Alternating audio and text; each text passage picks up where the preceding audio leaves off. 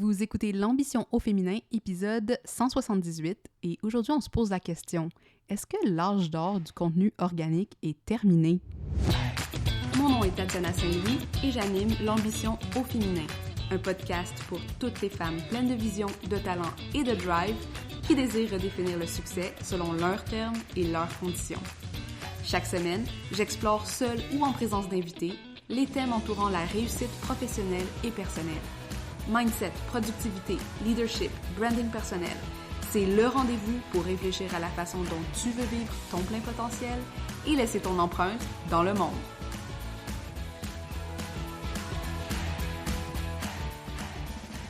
Salut les ambitieuses, j'espère que vous allez bien. Aujourd'hui, je vais être brève dans l'introduction parce qu'on a quand même un gros morceau à...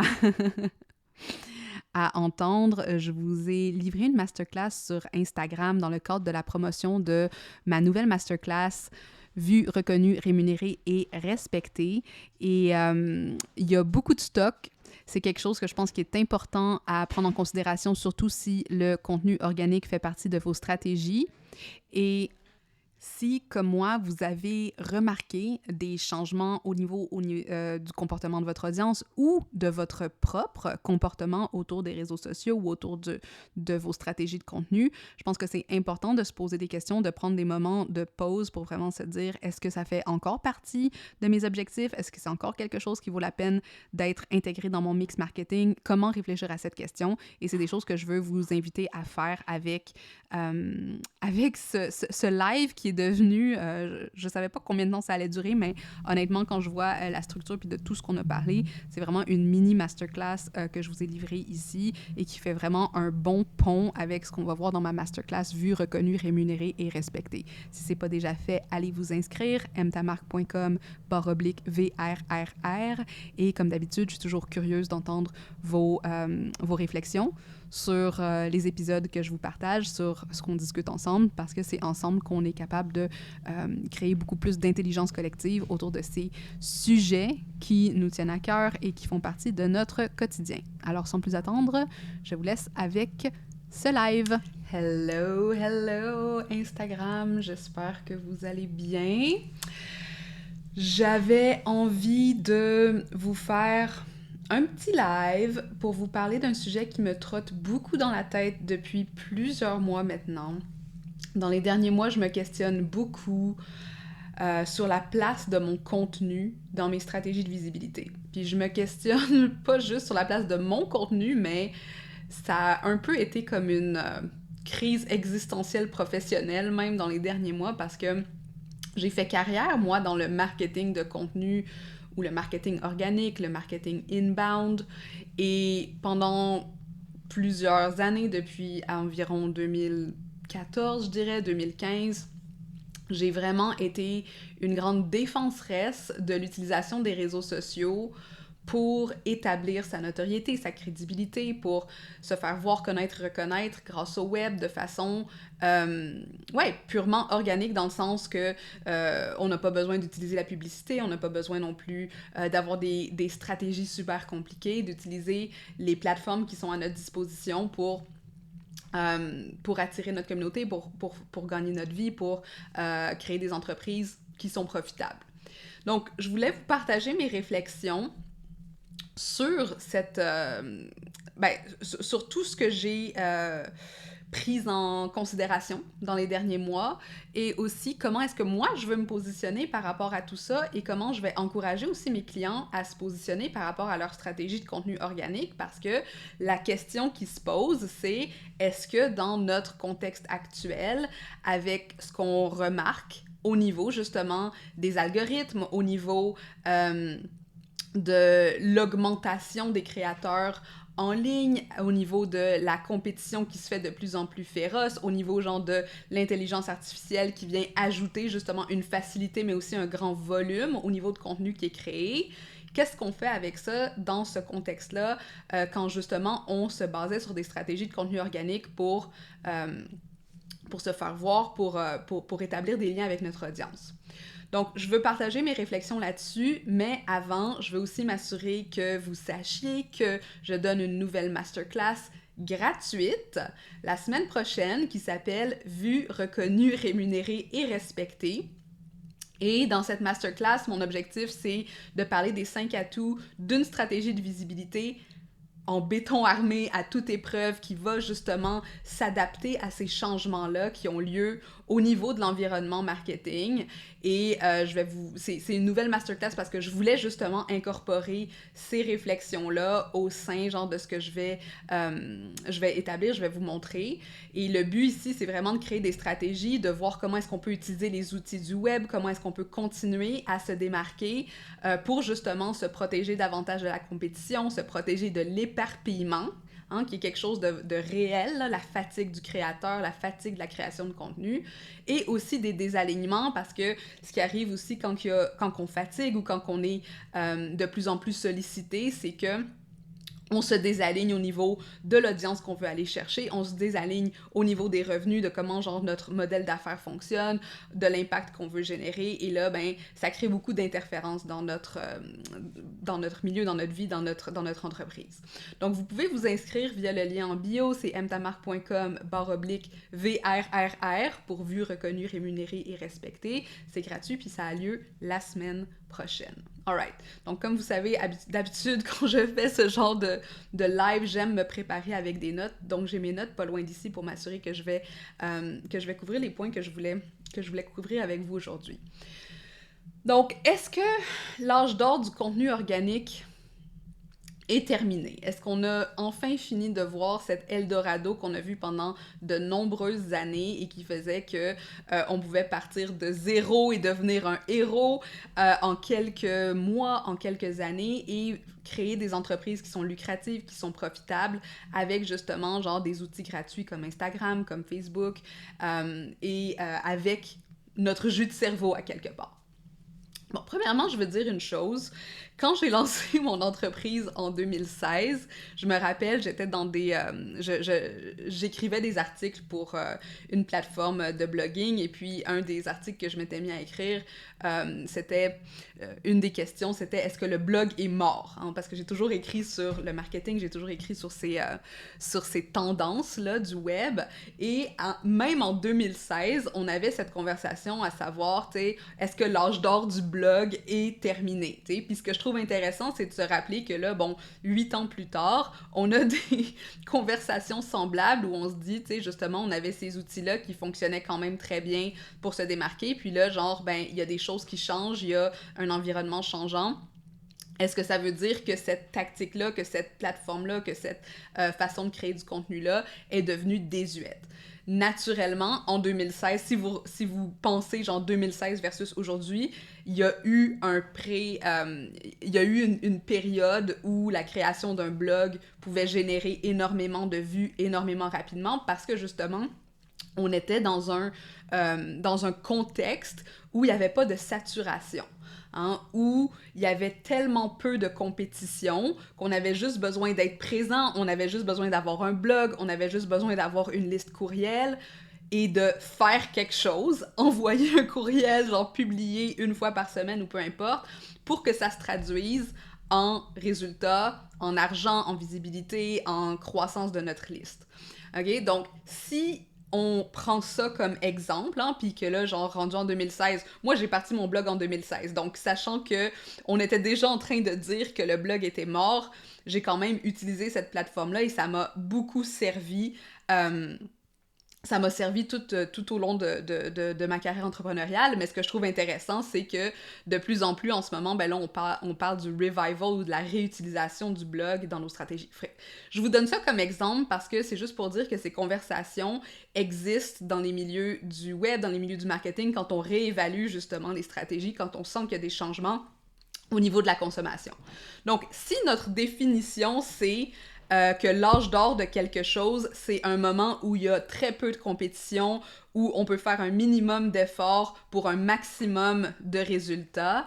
Dans cette condition-là, dans ces conditions-là, moi, je dirais que oui, je pense que l'âge d'or des réseaux sociaux et l'âge d'or du contenu organique est terminé. Hein? Est-ce qu'il va y avoir d'autres plateformes? Est-ce qu'il va y avoir d'autres façons genre de générer genre de la visibilité organique? Oui, par contre, ce sera probablement pas aussi facile que ce qu'on était habitué à voir dans les 8 dernières années, je dirais même genre, bon, ça fait peut-être un an et demi là, que là, il y a beaucoup de changements rapides qui ont lieu au niveau des réseaux sociaux, donc c'est pas le même momentum qu'on va retrouver comme on retrouvait genre au début de Facebook, au début d'Instagram, ou quand les gens ont commencé à utiliser ces plateformes-là un peu plus stratégiquement pour leur stratégie marketing. By the way, je pense qu'il y a encore beaucoup de contenu, de programmes, de philosophie qui continuent d'être vendus autour de cette idée qu'on est dans un âge d'or du contenu organique, ou un âge d'or du blog, ou un âge d'or de Instagram, ou un âge d'or de toutes ces stratégies-là. Puis, c'est mon invitation à peut-être faire un peu attention à ces programmes-là qui sont basés sur une prémisse qui est axée dans un ancien paradigme marketing ou une ancienne façon de consommer le marketing qui vieillit mal dans un certain sens, ok? Donc ça, c'était juste un petit à côté. Donc, ce que je remarque, c'est sûr que le temps où les réseaux sociaux étaient en phase de séduction, hein, quand, si vous vous rappelez, je sais pas, c'était quoi, en 2016, peut-être que j'ai rejoint Instagram aussi, ou en 2017, je me rappelais, j'étais en train de regarder mon feed au début, puis je voyais que je postais des trucs genre, je suis allée faire un jogging au parc, genre, puis c'était quand même drôle. Sur mon feed, genre zéro stratégie, mais tu sais, c'était cute, genre, parce que ça, c'était le temps où, justement, on était dans une phase de séduction avec les réseaux sociaux. Ces réseaux sociaux-là étaient dans une phase de séduction avec nous. Si vous vous rappelez, au début, les groupes Facebook, c'était quelque chose de nouveau, quelque chose que tout le monde utilisait. Il y a toujours cette phase où les réseaux sociaux, parce que c'est des entreprises aussi, hein, veulent justement aller chercher l'engagement, veulent aller chercher une nouvelle clientèle, veulent se montrer sous leur meilleur jour, et à ce moment-là, c'est le fun, on s'amuse, on se sent super créatif, on rencontre plein de monde, il y a vraiment comme cette notion très sociale, très ouverte, très libre de l'utilisation des réseaux. En ce moment, il y a Threads, qui est un nouveau réseau qui n'est pas encore saturé, justement, qui vient de faire son apparition dans les 2 dernières années. Et ben, vous allez remarquer, il y a cet engouement, genre, de la nouveauté. Threads est encore dans sa phase de séduction avec l'audience pour voir est-ce qu'on va, justement, trouver un point critique où les gens vont vraiment commencer à venir ici pour faire des affaires, pour faire, tu sais, pour aller chercher tel type d'informations ou des choses comme ça. Je vois qu'il y a des questions dans le chat, je vais les regarder un petit peu tout à l'heure parce que je pense qu'elles vont peut-être être répondues dans le live, mais merci de les poser parce que je pense que ça va être important aussi dans notre conversation. Donc, sachant ça, il y a eu un temps où les réseaux sociaux faisaient copain-copain avec les créateurs. Hein? Les réseaux sociaux voulaient justement que les créateurs soient heureux, parce que plus on attire des créateurs de talent, plus on attire du contenu, des gens qui vont créer du contenu, ça va être facilité pour eux de faire du contenu, plus on va atteindre rapidement la masse critique d'utilisateurs ou de consommateurs du contenu. Donc, ce qu'on veut, c'est les réseaux sociaux, hein, quand ils commencent à s'implanter dans nos vies, c'est qu'ils veulent aller chercher cette masse critique de créateurs qui va commencer à attirer organiquement, justement, des gens sur la plateforme pour venir consommer le contenu qu'ils créent. Donc, on attend cette masse critique pour prendre d'assaut l'attention autant des consommateurs et la créativité des créateurs. Donc, les réseaux sociaux, dans leurs algorithmes, ils fonctionnent selon, justement, d'un côté la créativité, de l'autre côté l'attention, qui sont 2 faces d'une même monnaie, qui travaillent ensemble parce que, justement, c'est la richesse de notre époque que de savoir, plus on a des yeux sur un contenu, sur une publicité, hein, plus on peut charger cher aux annonceurs, etc. C'est la même logique que n'importe quelle stratégie publicitaire, quand il y avait des billboards, on les chargeait au coût par 1000, donc combien de milliers d'yeux on peut avoir sur une publicité va déterminer le prix qu'on va charger à l'annonceur. Le prix qu'on va charger au client, plutôt, hein, l'annonceur, bref. Donc, ce qu'on ce qu'on voit, c'est que éventuellement, le Far West, qui était un réseau social qui était peu utilisé, où il n'y avait pas tant de gens que ça, où encore il y avait encore beaucoup de liberté, si vous imaginez justement un film de cowboy où il n'y a pas beaucoup de monde, genre on est encore en train genre de coloniser le territoire, puis de voir genre où on va installer nos grosses maisons puis nos villages. Hein, le Far West se peuple et la liberté qu'on ressent devient soudainement de plus en plus étouffante parce que plus il y a de monde, moins on a d'espace justement pour être créatif, pour être libre, pour vraiment genre s'investir dans cet espace-là. Donc, il y aura de plus en plus de règles, il y a de plus en plus de constrictions, il y a de moins en moins de plaisir, puis c'est comme ça que après ça, éventuellement, ben, les algorithmes se raffermissent et deviennent de plus en plus difficiles à comprendre. Encore une fois, si vous étiez là au début de Instagram, on pouvait faire énormément de vues avec justement une publication qui disait « Voici genre mon lunch de ce midi ». Après ça, il y a une phase où c'était comme les fils super esthétiques, et là, genre, c'était ça la game. Donc, les règles commencent à devenir de plus en plus strictes pour être capable, genre, d'aller chercher cette attention parce que l'univers de ces réseaux sociaux-là se peuple davantage et devient de plus en plus saturé. Donc, qu'est-ce qui arrive, genre, éventuellement, la dynamique sur ces réseaux sociaux-là change, on voit plus les réseaux sociaux comme des opportunités, mais bien comme des obligations, parce qu'on se dit « Ah, mais là, tout le monde est là, il faut que je joue selon les règles, si je joue pas selon les règles, je serai pas capable de me faire voir, je vais rester au fond de la file. » Et donc, ce qu'on fait, c'est qu'on rentre dans les rangs et on veut continuer à créer le contenu selon les règles qui nous ont été imposées.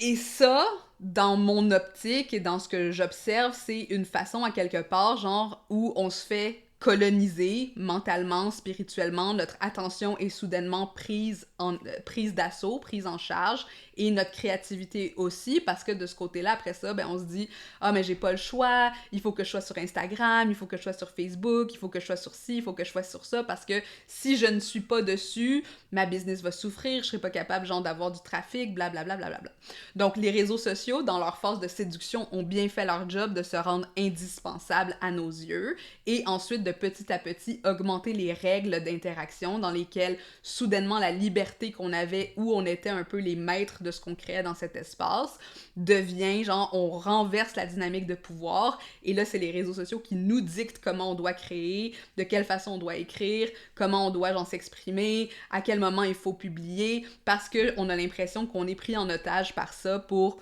faire de l'argent, pour avoir des vues.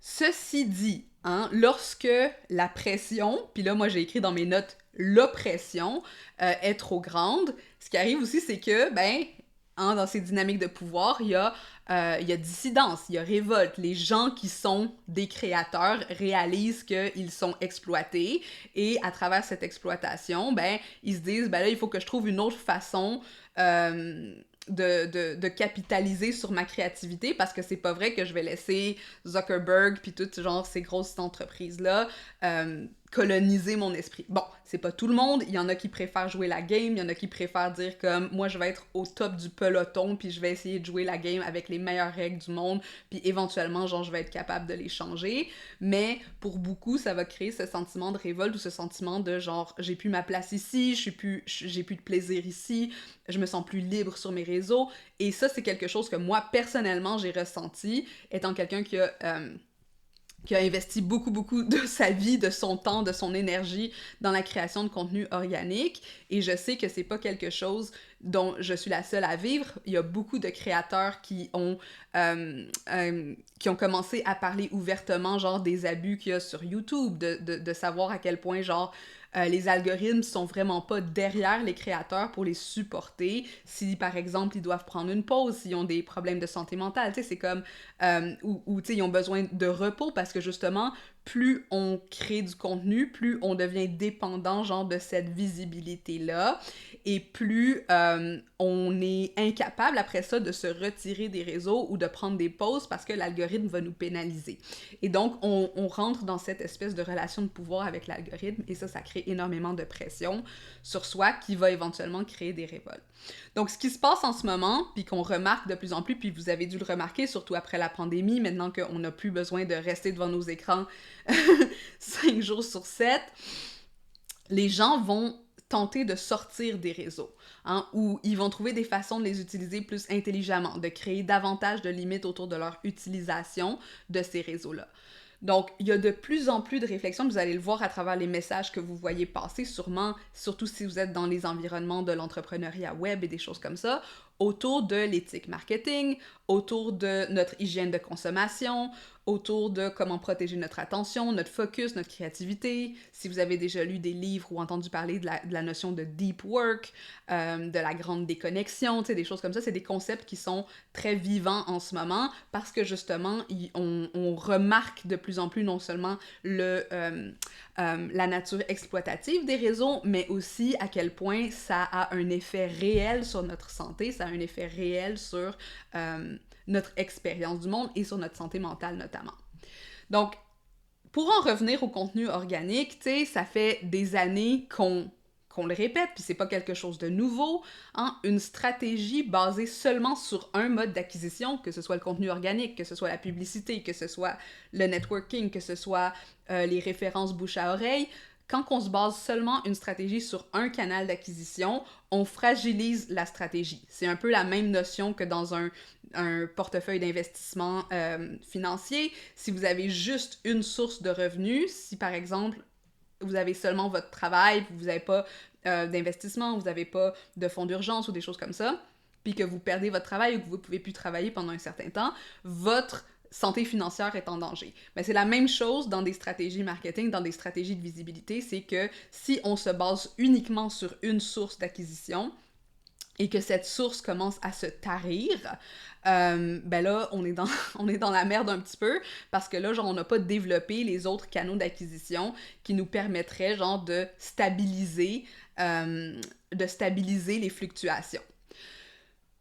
Donc, le contenu en soi est une stratégie d'acquisition, mais pas que. C'est aussi une stratégie de conversion, c'est une stratégie de nurturing, comme on dit, donc de maintenir des relations avec des gens qui ont déjà fait partie de notre environnement.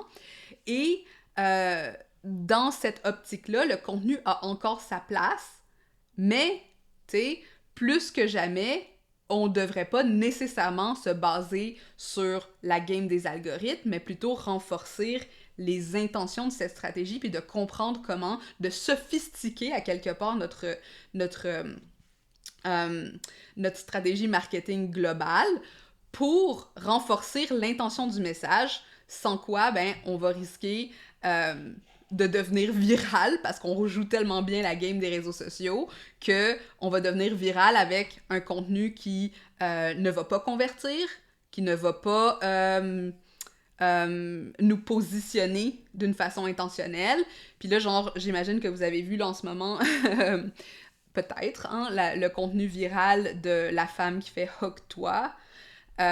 Cette femme « Hook-toi », ben, elle a eu un succès monstre overnight pour quelque chose qu'elle dit ouvertement.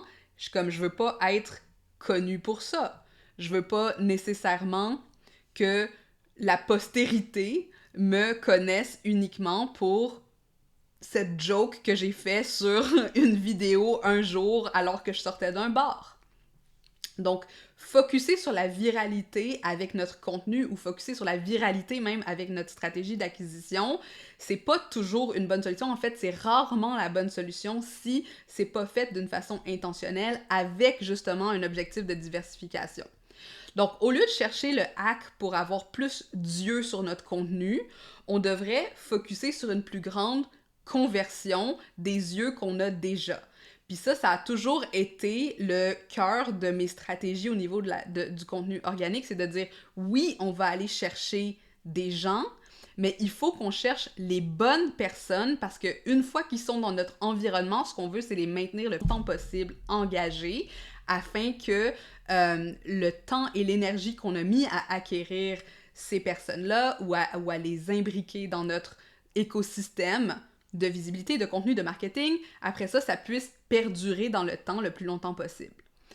Parce que justement, on n'est pas des multinationales, on n'a pas des budgets genre illimités, on n'est pas Amazon avec genre des milliards de dollars, on n'est pas non plus une équipe de 50 personnes attitrées à notre contenu, on a des limitations et ces limitations font qu'on doit être hyper éco-éthique avec nos efforts marketing. Donc, continuer à utiliser le contenu, oui, moi je suis d'accord avec ça. Ceci dit, dans une optique non pas nécessairement juste d'acquisition, mais comme on l'a dit, hein, de conversion, de renforcement de la marque et de nurturing. Donc, on peut utiliser des stratégies de croissance, mais ça devrait jamais être avant nos stratégies de positionnement puis nos réflexions sur la stabilité et la sécurité qu'on crée avec la diversification de nos points d'acquisition. Ça semble peut-être un peu compliqué comment je vous en parle comme ça, c'est quand même assez abstrait, mais à quelque part, si vous pensez encore une fois à votre portefeuille financier, ce que vous voulez, c'est d'avoir le plus d'influx de revenus pour que vous soyez pas toujours dépendant sur un seul, parce que si jamais celui-là il brise, ben après ça, genre vous savez que vous avez d'autres places par où genre vous pouvez vous supporter s'il y a quelque chose d'autre, vous supporter pendant que vous trouvez d'autres façons genre de gérer. Donc, pour moi, le contenu aujourd'hui devrait être en priorité utilisé pour networker. Donc, networker dans le sens maintenir des réseaux ou créer des réseaux. Puis ça a toujours été ça, dans le fond, l'optique des réseaux sociaux ou du contenu organique, c'est de s'assurer que, justement, on crée des connexions avec d'autres personnes. Et pas juste qu'on crée des émissions de messages qui, après ça, ne créent pas des connexions. Donc, le contenu comme élément de networking, c'est un shift mental qu'il faut faire et qu'il faut toujours faire. Il fallait le faire en 2016, on doit le faire aujourd'hui, de savoir que le contenu n'est pas juste un billboard publicitaire, mais vraiment genre une opportunité de créer un lien et un lien qui va être maintenu au fur et à mesure qu'on développe nos stratégies de contenu.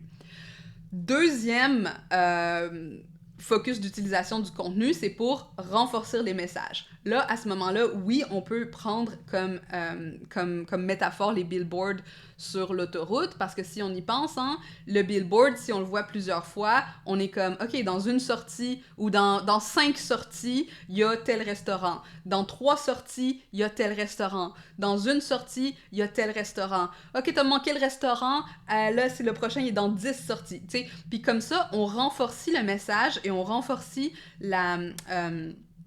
le désir aussi chez les gens de savoir comme le moment où je vais avoir faim, je vais savoir que ce restaurant-là est à telle place et je vais pouvoir m'y rendre de telle façon.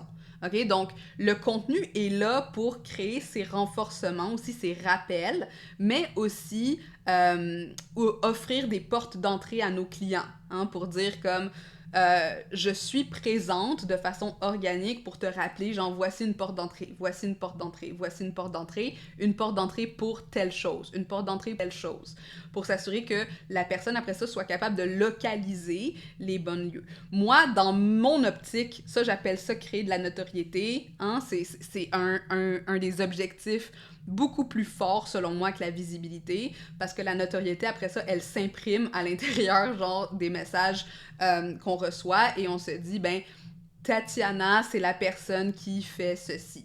T'sais, donc, je sais qu'elle est située là, et plus on répète, plus on est présent, plus on est dans la conscience des autres, de notre audience, plus ils sont capables de voir ces portes d'entrée-là.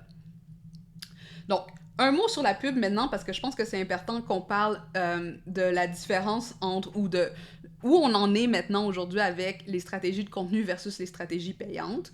Et c'est intéressant parce que moi, quand j'ai commencé ma business, j'ai jamais fait de pub, sauf parfois lorsque je faisais des masterclass, je mettais 400$ dans la pub pour quelque chose, genre, tu sais, juste pour avoir un petit boost. Mais j'ai jamais été une professionnelle de la publicité, même si je sais comment ça fonctionne. J'ai fait des campagnes de pub pour mes employeurs ou pour des clients que j'avais. Ceci dit, dans ma stratégie, ça faisait pas partie de mon mix marketing, jusqu'à tout récemment où peut-être qu'il y a même pas 1 an, 6 mois, j'ai commencé à expérimenter un peu plus sérieusement avec la pub.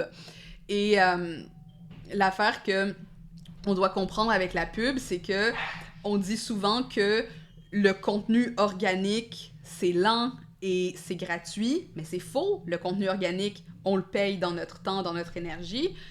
Et d'un autre côté, on se dit, ben la pub, on la paye en argent, mais c'est plus rapide. Alors que quand on réfléchit aux stratégies d'acquisition organique et payante, les deux demandent de l'investissement et les deux prennent du temps, surtout parce qu'on est en train, genre, d'identifier quels sont les meilleurs chemins d'acquisition, justement, pour notre clientèle. Si on ne sait pas ce qu'on vend, si on ne sait pas à qui on le vend, si on ne sait pas par où on le vend, comment ils doivent rentrer, pourquoi ils doivent rentrer, ça sert absolument à rien à faire de la pub. C'est la même problématique que la viralité, dans le sens que si on devient viral pour quelque chose dont on n'est pas conscient ou qu'on n'est pas intentionnel, ben ça va probablement pas nécessairement nous aider dans notre brand, mais ça peut même nous nuire. OK? Même chose avec quand on augmente la visibilité sur quelque chose, il faut qu'on soit préparé aux conséquences positives et négatives que ça va amener. Mais dans le cas de la pub, ce qui va amener comme conséquence négative, c'est que probablement si c'est mal ciblé, on va mettre de l'argent dans quelque chose et on va éventuellement jeter de l'argent par les fenêtres. Donc, souvent, quand on se dit « est-ce que je dois faire de l'organique ou du payant », c'est pas une question un ou l'autre, c'est plus une question de « est-ce que tu es prêt à perdre du temps ou est-ce que tu es prêt à perdre de l'argent ?» Puis les deux, à quelque part, reviennent au même, parce que quand on perd du temps, on perd de l'argent aussi. C'est notre temps qu'on a investi là-dedans et qu'on retrouvera jamais. Okay? Donc, de mon expérience, je pense que c'est intelligent de faire un mix des deux. Si vous êtes capable de faire un mix des deux, tant mieux. Si vous êtes capable de baser l'un sur l'autre aussi, de dire j'ai commencé quelque chose d'organique pour voir comment ça prenait de façon organique pour ensuite mettre des revenus dessus, c'est souvent genre la meilleure option. C'est pas tout le monde qui a le cash flow pour faire ça. Par contre, tu sais, c'est quelque chose qui peut vraiment... encore une fois, on parlait genre de différentes formes d'acquisition, différents canaux d'acquisition, ça peut être une bonne option de le faire. Ceci dit, tu sais, c'est pas plus noble de faire juste une stratégie de contenu organique, c'est pas plus evil de faire de la pub. Les deux utilisent les mêmes plateformes extractives, exploitatives, hein? L'argent va à la même place, soit on exploite notre attention ou nos portefeuilles, les deux travaillent dans le même écosystème, ok? Donc c'est vraiment quelque chose d'intentionnel qu'il faut faire ici, mais un bon mix marketing va sûrement utiliser les deux. Si vous voulez en entendre un peu plus sur le mix entre contenu organique et contenu payant, j'avais enregistré un épisode de podcast au féminin, qui est l'épisode 136, avec Charles Davignon de l'agence Antop, avec qui j'ai travaillé aussi. Donc, je connais bien sa philosophie, son éthique et tout ça. Et le titre de l'intégrer publicité en ligne et contenu organique dans sa stratégie marketing. Donc, si vous êtes intéressé, c'est l'épisode 136 sur l'ambition au féminin. Donc, ceci dit, en plus du contenu payant et organique, ce qu'on va voir aussi au niveau des comportements, hein, c'est qu'il y a une recrudescence de stratégies marketing de plus en plus sophistiquées. Et là, genre, je dis sophistiquées dans le sens que, encore une fois, je vous parle de mon expérience de consultante et de professionnelle, marketing et communication, qui travaillait dans des entreprises. Souvent, ce qu'on va faire, c'est qu'une stratégie bien montée va aller chercher différentes sources. Comme par exemple, on va utiliser les relations médias, on va utiliser la sollicitation directe si c'est nécessaire, on va utiliser d'autres stratégies pour créer une stratégie bien balancée. En tant que solopreneur, en tant que consultant, souvent, on va focuser sur une stratégie parce que c'est plus facile à gérer, parce qu'on est seul, on n'a pas beaucoup d'énergie, hein, puis tout ça. Ce qui est normal aussi. Ceci dit, dans l'environnement dans lequel on évolue, on est en train de sophistiquer les stratégies marketing en tout et pour tout, y compris chez les solopreneurs. Donc, ce qui peut être intéressant, c'est justement d'aller voir est-ce qu'il y a des possibilités pour nous de faire des relations médias. Ça a l'air big, genre des relations médias, mais ça peut être genre d'écrire une lettre d'opinion dans le journal de sa ville. Ça peut, tu sais, c'est pas obligé d'être des affaires genre super intenses, Forbes 40 under 40. Tu sais, ça peut être des choses quand même assez directes, mais tu sais, il y a d'autres types de médias qui sont en contact avec notre audience qu'on oublie souvent parce que pour nous, être sur Instagram, être sur Facebook, c'est plus facile, entre guillemets, où on est plus habitué. Mais il y a d'autres stratégies marketing qu'on peut intégrer à notre mix. La sollicitation directe, souvent on va vraiment snobber l'idée du cold calling, mais la sollicitation directe reste un des plus anciens et des plus efficaces moyens d'aller chercher de la clientèle ou d'aller se faire connaître, du porte-à-porte. Ça vous dit de quoi? Ben c'est pas pour rien genre que beaucoup d'industries qui sont pérennes, comme par exemple genre l'immobilier. L'immobilier, ça fonctionne énormément avec du porte-à-porte, des billboards, des lettres qui sont envoyées genre randomly, parce que justement, tu sais, c'est des stratégies qui fonctionnent. Si ça vous plaît pas d'un point de vue éthique ou peu importe, c'est quelque chose, puis c'est bon à respecter. Par contre, tu sais, il y a rien de amoral à utiliser ces tactiques-là dans son mix marketing. L'autre chose que je trouve vraiment utile, c'est le networking de contenu.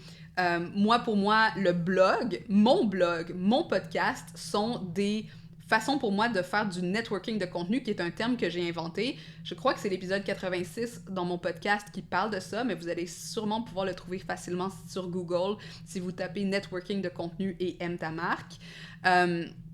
Le networking de contenu, c'est d'utiliser le contenu, comme par exemple les opportunités de créer des entrevues avec des experts ou des choses comme ça, pour aller non seulement toucher différentes audiences, hein, parce que nos invités vont probablement partager ce contenu à leurs audiences, mais aussi de créer de réelles relations avec d'autres experts dans des milieux connexes. C'est du networking, c'est juste qu'on le fait par le biais du contenu, donc on fait d'une pierre deux coups, en justement étant non seulement en train de solidifier notre réseau, mais aussi de créer du contenu pour notre audience, du contenu de nurturing, du contenu de conversion. Je vous donne plein de ressources aujourd'hui. Là, il y avait l'épisode de podcast sur le networking de contenu, mais il y a aussi une masterclass gratuite que j'avais donnée, je sais pas si elle est gratuite, bref, qui s'appelle Marketing de l'enchantement. Petit prix, là, genre c'est pas quelque chose de big, là. Marketing de l'enchantement, où je parle notamment de comment créer un mix marketing dans un environnement sophistiqué. Donc, à trouver sur mon site web dans l'onglet ressources. Si vous la trouvez pas, écrivez-moi en privé, puis je vous enverrai le lien. Donc, ce que je veux vous faire comprendre, c'est que ce qui était simple, mettons en 2016 quand j'ai commencé, ou même genre, tu sais, avant, devient de plus en plus complexe, et c'est normal, c'est le propre d'un marché qui arrive à maturité, c'est le propre des outils aussi qui arrivent à maturité. Par exemple, genre Facebook d'il y a 10 ans, c'est pas le Facebook d'aujourd'hui, maintenant il s'appelle Meta, by the way. Donc, c'est un cycle normal d'évolution, et en tant qu'entrepreneur, en tant que personne qui évolue dans ces milieux-là, on doit s'adapter. Donc, quelques conseils pour justement s'adapter à cet environnement changeant. Ben, pour moi, c'est vraiment clair qu'il faut bien comprendre que les tactiques marketing vont évoluer, c'est normal, mais que certains principes sont indémodables. Hein? C'est ces principes-là qu'il faut apprendre à maîtriser et non pas les spécificités d'une plateforme. Certains de ces principes-là, c'est notamment le storytelling. Il y avait une question un peu plus tôt dans le chat à propos du storytelling. Toujours aussi pertinent, le storytelling est une pratique millénaire. C'est une des plus vieilles pratiques de communication qui existent chez les humains. Donc, le storytelling ne va jamais sortir de mode. C'est une façon de communiquer qu'on utilise autant sur le web que dans la vraie vie, qu'avec nos enfants, qu'à la télévision, c'est des choses qui sont indémodables. Donc le storytelling, ça c'est un des skills qui ne va jamais se démoder, genre, et si on comprend comment faire ça, que ce soit sur Instagram, TikTok, whatever, genre la plateforme, s'il y en a une qui ferme, il y en a une autre qui ouvre, ces principes-là vont perdurer. Ils vont perdurer même au-delà, je dirais, que n'importe quel principe de copywriting qu'on connaît aujourd'hui. Parce que les principes de copywriting, encore une fois, il y en a qui sont à la mode, il y en a qui sont plus à la mode. Genre, si vous regardez des publicités des années 60, qui sont super bien copyrightées selon les standards des années 60, ça fonctionnerait probablement pas avec nous aujourd'hui. Donc, prenez genre les trucs de copywriting un peu dans le même angle. C'est comme, ça fonctionne aujourd'hui, c'est bon à savoir aujourd'hui, mais est-ce que je comprends les principes qui sous-tendent ces principes-là? Parce qu'éventuellement, il va falloir qu'ils s'adaptent, comme n'importe quoi. L'autre chose qui est un indémodable, c'est un messaging précis et engageant.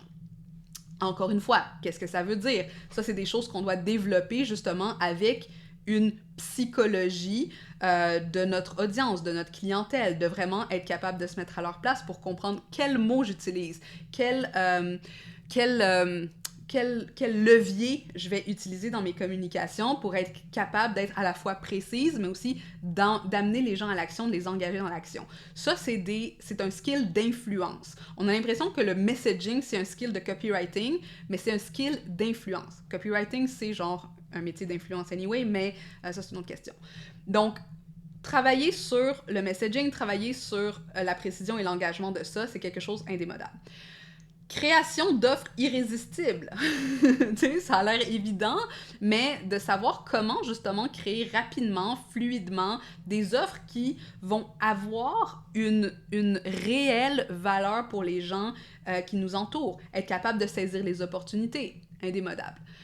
Gestion de nos ressources énergétiques et financières. Ça a l'air pas lié du tout genre au marketing, mais si vous avez écouté tout ce live puis que vous comprenez genre dans quelle direction on s'en va, c'est d'autant plus important de savoir où mettre les limites parce qu'on va devoir faire des choix éclairés sur quelles sont mes capacités budgétaires, quelles sont mes capacités énergétiques, d'attention, de créativité, parce que, justement, les plateformes ou les différentes tactiques qu'on va utiliser vont nous demander de ces ressources-là, et si on n'est pas capable de les gérer, on va se brûler. On va se brûler, on va surdépenser en publicité, on va surinvestir des plateformes qui nous rapportent pas parce que, bon, justement, on a l'impression qu'il faut être dans A, B, C parce qu'on a vu que pour tel créateur, Instagram, c'est dadada, genre, tu sais. Fait qu'on va pas prendre les bonnes décisions et on va pas être capable de mettre les bonnes limites autour des stratégies ou du mix marketing qu'on va décider d'utiliser pour nous-mêmes. Et l'autre principe ou l'autre aptitude à développer, là, c'est l'agilité technologique. Donc, sachant que si on connaît les bases du storytelling, on est capable de faire un messaging précis et engageant, on a des offres irrésistibles parce qu'on est capable de les créer puis de les recréer, on est capable de gérer nos ressources énergétiques et financières, ben après ça, le point, le top de la pyramide, c'est notre agilité technologique, donc d'être capable d'apprendre rapidement une nouvelle plateforme, de comprendre comment elle fonctionne. Puis encore une fois, là, c'est pas... on a l'impression de penser que c'est des affaires super compliquées, mais c'est quand même assez simple. Quand on comprend la mécanique qui sous-tend le modèle d'affaires de la plateforme sur laquelle on est, c'est facile après ça de déterminer qu'est-ce qu'ils veulent genre en termes de contenu. Sauf que le problème, c'est quand les gens disent genre « je vais m'adapter à la plateforme avant d'avoir établi toutes ces autres choses en amont ». OK?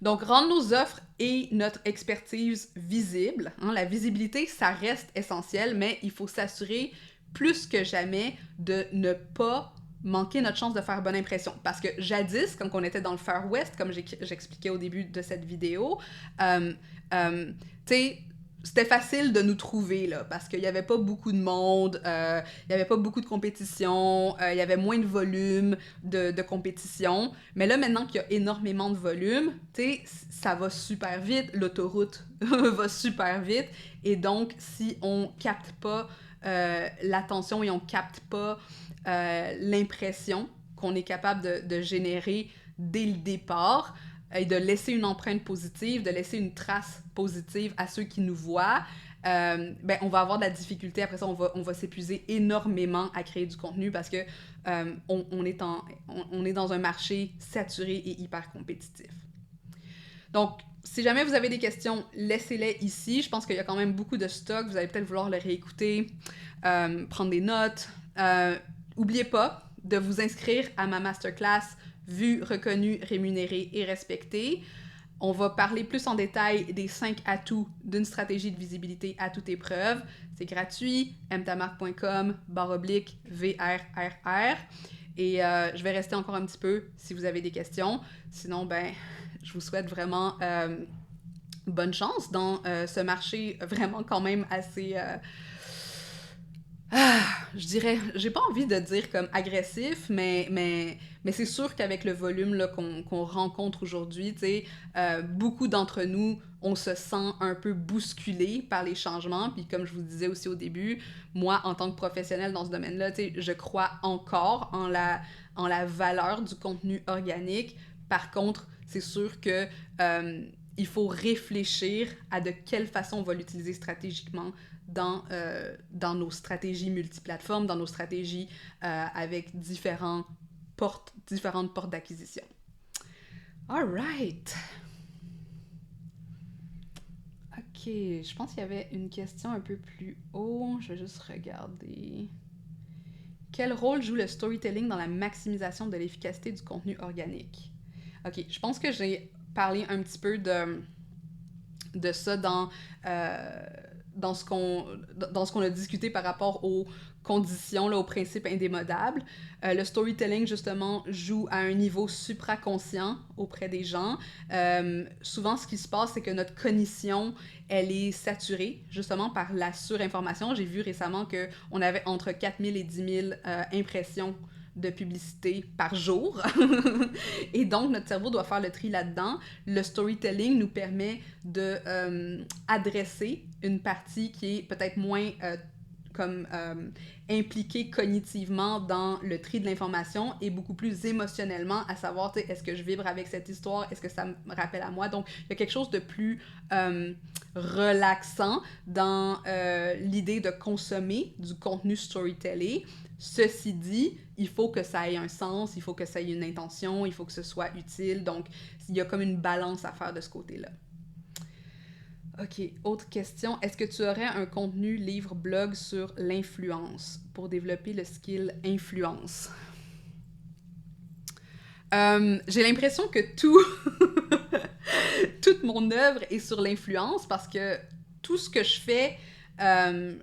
moi, je suis beaucoup moins intéressée par la visibilité que par la notoriété. Parce que selon moi, la notoriété, c'est ce dont tu parles en termes d'influence, il me semble. Du moins, c'est comme ça que moi, je le comprends. La notoriété, c'est cette influence qu'on a parce qu'on sait qu'une fois qu'on s'est établi comme autorité de marque dans un domaine, dans une expertise, ensuite, c'est beaucoup plus facile d'amener les gens à l'action, d'être top of mind, d'être la personne ressource dans un certain domaine. Donc, est-ce que j'ai un contenu? Non. J'ai pas mal, genre, toute mon œuvre, tous mes programmes sont axés autour de cette idée que, à la place d'aller chercher le volume, on veut aller chercher la précision pour que les actions qu'on va poser vont générer un maximum de retour. Donc, minimum d'effort pour un maximum de retour. Pour moi, c'est comme ça que je fonctionne parce que j'ai jamais voulu fonctionner dans le volume. Je trouve ça trop épuisant.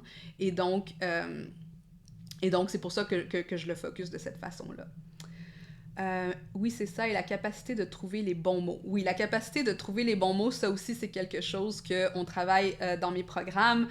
Surtout, on travaille au niveau des messages de marque, on travaille au niveau du positionnement, on travaille au niveau de savoir, tu sais, qu'est-ce qui fait que notre offre est irrésistible, comment est-ce qu'on fait pour, justement, être le plus proche possible de l'intention qu'on a et de la vision qu'on a pour pas diluer le message en plein de petits morceaux qui sont plus ou moins impactants, plus ou moins génériques, plus ou moins fades et qui vont pas avoir l'effet qu'on désire. Donc, c'est des choses qu'on travaille quand on travaille sur le positionnement. Donc, dans mes programmes comme Positionnement authentique, dans Terre fertile qui inclut maintenant Money Brand, tout ça, c'est des choses là où on va chercher justement ce skill de communication, ce skill genre de créer le point de contact avec nos clients à travers le contenu. Comment les algorithmes et les changements de plateforme influencent-ils la portée et l'engagement du contenu organique? Bon, le comment, je suis pas exactement sûre comment répondre à cette question-là. Ceci dit, genre, je te donne des exemples. Tu sais, en ce moment, sur Instagram, tu sais, Instagram peut se réveiller un matin. Meta peut se réveiller un matin sur Instagram et dire comme on a envie d'augmenter notre capacité, on a envie d'augmenter notre base de données en termes de comportement visuel. T'sais. Et là, ils vont dire on va récompenser les créateurs qui font du contenu vidéo ou du contenu visuel. Et donc, là, ils vont sortir les carousels, ils vont sortir les reels, ils vont sortir ces affaires-là pour pouvoir aller chercher ces datas-là qui, après ça, qu'est-ce qu'ils font avec? Ils les vendent aux annonceurs ou ils les intègrent dans leurs algorithmes publicitaires. Donc, pour eux, les algorithmes sont pas là pour nous servir, nous, les créateurs, ils sont là pour servir leur modèle d'affaires. OK? Puis nous, en tant que créateurs, si on veut surfer sur ces algorithmes-là, il faut comprendre qu'est-ce qu'ils recherchent exactement et qu'est-ce qu'ils priorisent à ce moment-là dans le temps selon leur stratégie d'affaires. Okay? Donc, on est en train de travailler sur la stratégie d'affaires de quelqu'un d'autre en espérant de nous être capable de surfer sur cette vague-là. Donc, comment est-ce qu'ils influencent la portée et l'engagement du contenu? C'est qu'ils l'influencent un peu arbitrairement jusqu'à un certain point, ou du moins selon leur propre avantage. OK? Donc, ces algorithmes-là peuvent changer constamment, rapidement, sans crier gare, et c'est ce que la plupart des créateurs se plaignent, parce qu'ils disent, tu sais, du jour au lendemain, ma portée, elle a diminué énormément. Du jour au lendemain, si je parle de tel sujet, l'algorithme me pénalise.